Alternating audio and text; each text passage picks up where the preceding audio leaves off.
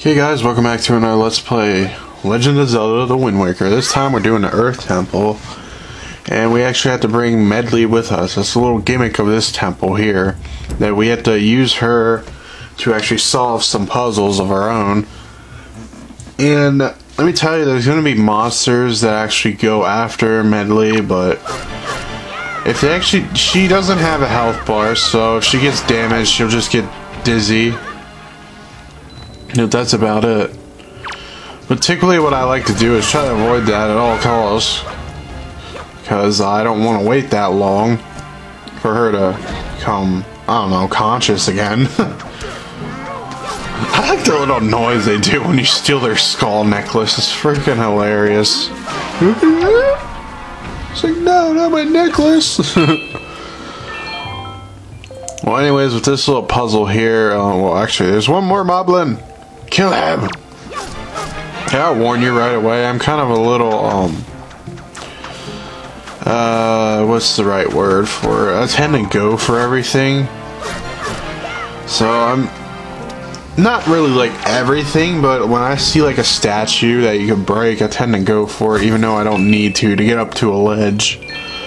So, yeah, so I tend to waste some time, but not too much time.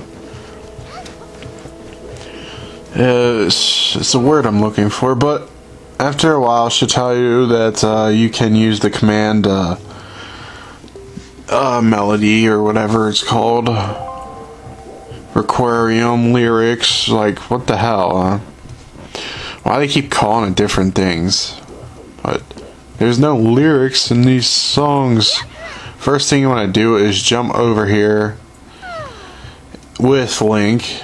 Then you want to jump on this little thing with Link and stay on it. And do the command melody or whatever. Like, I don't remember the names, but it's really simple to memorize. Yeah, it's a command melody. Excuse me. But, yeah, these puzzles are relatively simple. Like, basically they'll have you fly to an area where Link can't reach to hit a switch or something. And later, like, probably in this room, they'll probably show off, they're going to show off another gimmick of this temple that you're going to have to go through. Let me tell you, this is probably one of my least favorite temples. Because the first time I played this temple, I was like, holy shit! It creeped me out. I'll tell you why later. I'm not going to really spoil it, but those of you who played this know what I'm talking about, but I'm not going to say anymore. Because I think I was in middle school when I first beat this game. Like my first year of middle school when I first beat this, and I was kind of a coward back then. I didn't really want to touch Resident Evil games because of the fear factor. I wasn't really digging that entire scene. Because scary video games really did, like, really scared the shit out of me. Because I remember I had a demo for the PlayStation magazine. We used to get, like, them things with demos inside. And it had this one game that was supposed to be scary. And it creeped the shit out of me because I used to have my entire setup in the basement, so that didn't really help either. But, yeah. Yeah, if you see that little outline of that treasure chest, pretty much it means to shine your light on it. And these statues here can be broken by the light you shine. This is the gimmick I was talking about, by the way. You actually have to shine your light, use Medli, and shine her, shit, why do I keep forgetting the names? I don't know why I wanted to say harmonica, but that just popped in my head. Don't judge me. It's not a harmonica, it's a harp. Harp. I probably said that because it sounds similar or something. I'm gonna call it a harmonica. What the hell? What's wrong with me? But, yeah, you notice this big ass room. Well, right here is where I get kind of confused, and you can tell where Wow, that was really good of me. Yeah, by the way, that fog, it curses you, so you can't use any of your weapons. But once you go into the light, the curse is gone, so yes, they brought that stupid curse from Majora's Mask back, which is really painful when you get hit from it. But in this, there actually are skeletons that have that. Yeah, there are skeletons that actually have that curse effect too in this game, so they directly took that from Majora's Mask, and I don't know, Majora's Mask, you don't really run into those enemies that much unless you're at nighttime in Termina Field, but that's all you're counting them from. And a little touch of that stupid fog will curse you, but luckily there's a light there, so when I go into it, the curse is lifted. Now these aren't the skeletons I'm talking about. The ones that I'm talking about will actually have a purplish flame around them. Those are the ones that if they hit you, they will curse you. The only way to actually attack them is to use the leaf and blow out their flame. You can't use the arrows for some stupid ass reason, but they make it a lot more difficult when it comes to that shit.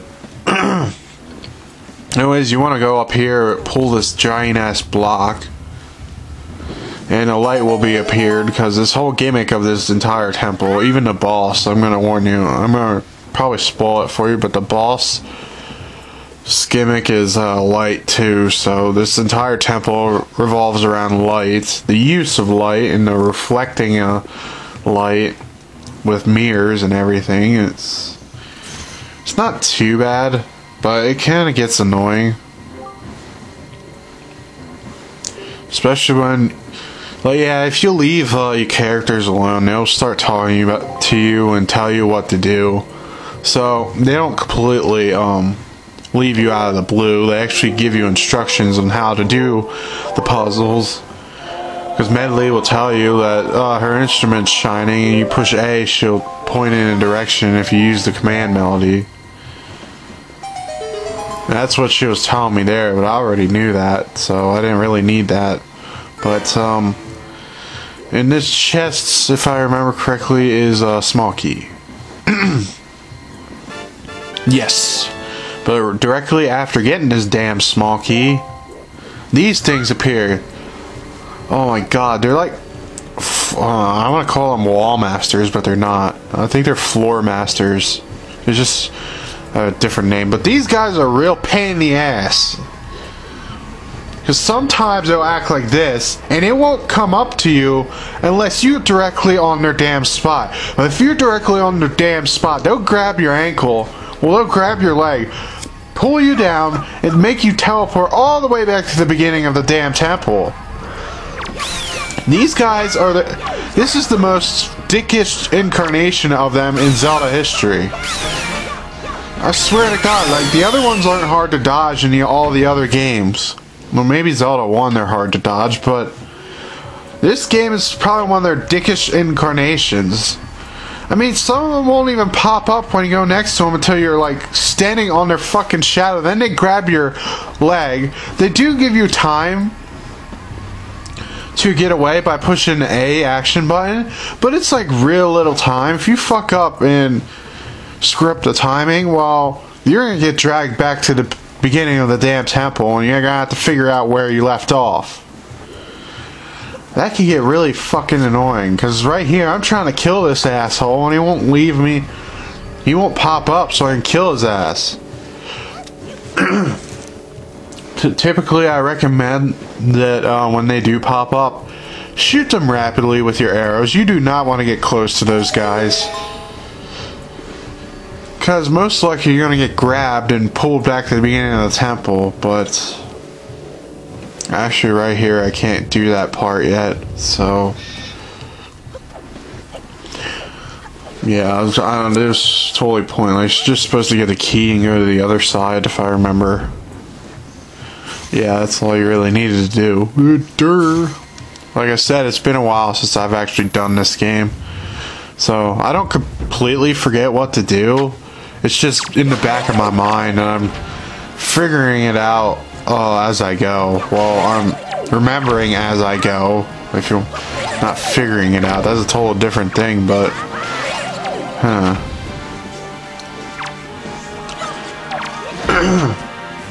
It's surprising that we're almost done with the game already. It's surprising what if you do... Wait... How short games are if you just go through them without doing any side quest at all. But... Yeah, can't really do that for Majora's Mask. But, that's Majora's Mask. What you want to do with these guys, turn them to stone, don't throw them and destroy them. I forgot to mention, the purple choo-choos can only be turned to stone by light. You can't kill them. If you swipe at them, it won't affect them at all. Your sword will just go through them and they'll reform. That can be a little bit annoying. Okay, Link, personal space. This weird ass camera angle. Holy shit, it was that close to her face? I didn't notice that when I was playing. That doesn't look awkward as all hell. Well, like I was saying earlier, you turn these to stone and you just pick them up and put them on the switches. Because these guys are going to be a gimmick later down the temple too, so I want to keep that in mind. That is, if I remember, it's either that or Ganon's tower. Yes, Ganon has a tower in this game, spoiler alert. Doesn't he always when he's in a Zelda game? I mean, seriously. Except for the 2D ones. Well, actually, I mean the first two games, probably, but I never played the second game. I never really played those games all the way through. Oh, shit! Yeah, you do not want them grabbing at Medli, because they will capture her, too. I forgot to mention that. They will capture her. Then you have to go all the way back to being in a temple to actually get her out of the cage. But I think right here I'm going to actually try to throw her up. I don't remember. But actually, yeah, you want to push these blocks. Because they will unlock specific things. Like this one will unlock, will open up the ceiling for light to come in. So Medli can shine the light on the statue. Because we can't push the damn block with that statue on. Even though we have the power bracelets, mind you. Ugh. Grammar again. But, these last two temples are, they're just pain in the ass. They really are. I don't like them that much. I do somewhat like the music, but not completely. This temple's just, the temple for this music just, this temple's music is just, not memorable though, but the next one has somewhat memorable music, but come on, you don't have to be a klepto and break all the damn walls, damn it. I just had to do that, didn't I? Damn you, past me! Well, anyways, yeah, there's block puzzles and all that shit. There's hidden blocks, but you should know what to do, because you saw, like, the indent for blocks that leads straight into a wall with no block. You should pretty much figure out that you need to shine the light on the wall with those markings, because some of the walls have markings on them, and those are the markings that tell you to shine light on the wall, so the wall will break and you open up another area. Now, actually, in that chest is probably one of the most useful items for beginners. Well, for first-time players, anyways, but especially in the last two temples. Oh my god. Yes, we're nearing the end of the game. But the compass, because like I told you, you need to partner up for the sage temples. And the King of Red Lions warns you that doesn't matter where Medli is, you'll be able to see her on the dungeon map as long as you have the compass. It'll show her exact location, so that's really helpful when they get when they capture her and everything. Then you can find out where she is. Well, anyways, in the next part we'll be continuing in this temple and hopefully get done with it. See you guys until then.